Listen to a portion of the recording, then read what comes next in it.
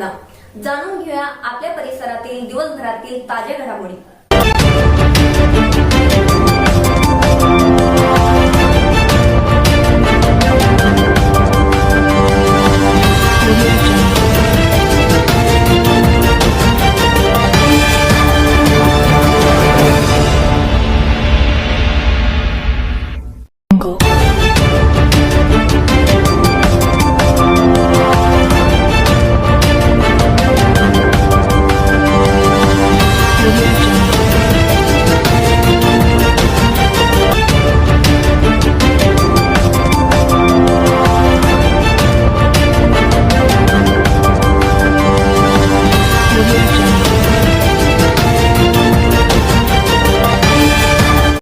ईशा जी, आपके हस्बैंड आपकी वॉशिंग को 10 में से कितने मार्क्स देंगे?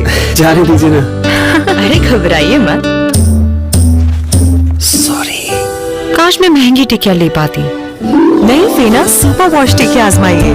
बेहतरीन झाग, कोमल हाथ, रोज और चंदन, सुपर चमक। महंगी टिकिया जैसी धुलाई नहीं, फेना सुपर वॉश टिकिया में समाई। फेना ही लेना, फेना। मी मुख्य कार्यकारी अधिकारी छत्रपती संभाजीनगर जिल्हा।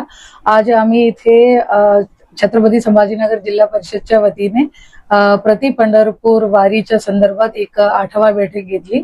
त्या अनुषंगाने आम्ही पुरा यंत्रणाच्या सोबत चर्चा केली। ग्रामपंचायत, पोलीस, आरोग्य विभाग, पाणी पुरवठा विभाग, बांधकाम विभाग, बाकी इतर सगळं विभागच्या कर्मचारीच्या सोबत आम्ही पूर्ण चर्चा केलेली आहे। हा चर्चामध्ये आम्ही बहुत सारी सूचना पण दिलेल्या आहे की पाणी पुरवठ्याच्या व्यवस्था, आरोग्य तपासणीच्या व्यवस्था, हिरकणी कक्षाचं नियोजन, वयोवैदिक लोगों का नियोजन आणि यहाँ की स्वच्छताचं नियोजन, असे सगळ्या बाबीमध्ये आम्ही सविस्तर चर्चा केलेली आहे। आज 5 वाजता माननीय जिल्हाधिकारी महोदयकडे पण एक मीटिंग आहे। हा मीटिंग मध्ये आम्ही जो भी मुद्दा आज हा मीटिंग मध्ये उभे राहिली, हा सगळा मुद्दा आम्ही माननीय जिल्हाधिकारी महोदयकडे प्रेझेंट करणार आहोत। प्रति पंढरपूर वारीच्या संदर्भात सगळ्या लोगोला माझी खूप खूप शुभेच्छा। आम्ही एक चांगली पद्धतीमध्ये हा वारी करूया आणि पुढच्या सालमध्ये और चांगली पद्धतीमध्ये नियोजन करण्यासाठी पण आम्ही प्रयत्न करूया। धन्यवाद। जय हिंद, जय महाराष्ट्र। जय हरी। सर्व भाविकांना आणि नागरिकांना पोलीस आयुक्तालय छत्रपती संभाजीनगर मार्फत आम्ही काही सूचना देऊ इच्छितो। सर्वात प्रथम सर्व भाविकांनी दर्शनाला येताना आपले दागिने, मौल्यवान वस्तू घरी ठेवून यायला पाहिजे। पर्स वगैरे असं काही असेल तर सोबत आणू नये।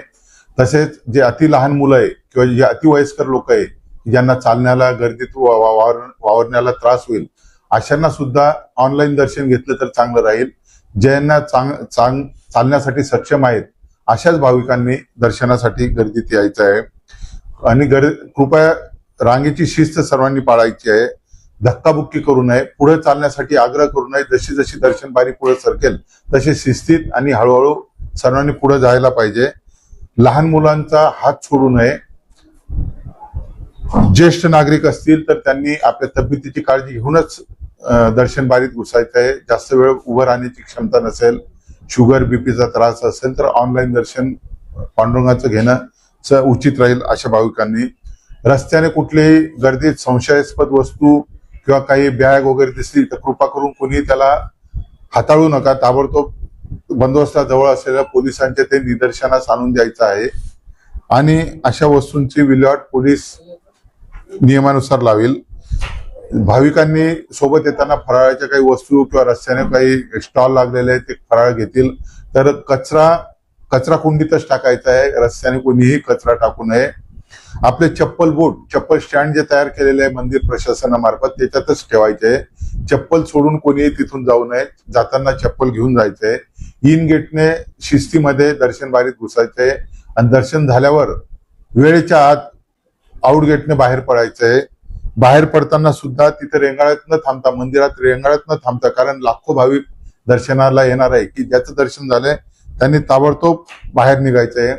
गर्दीत अफवांवर कोणीही विश्वास ठेवू नये।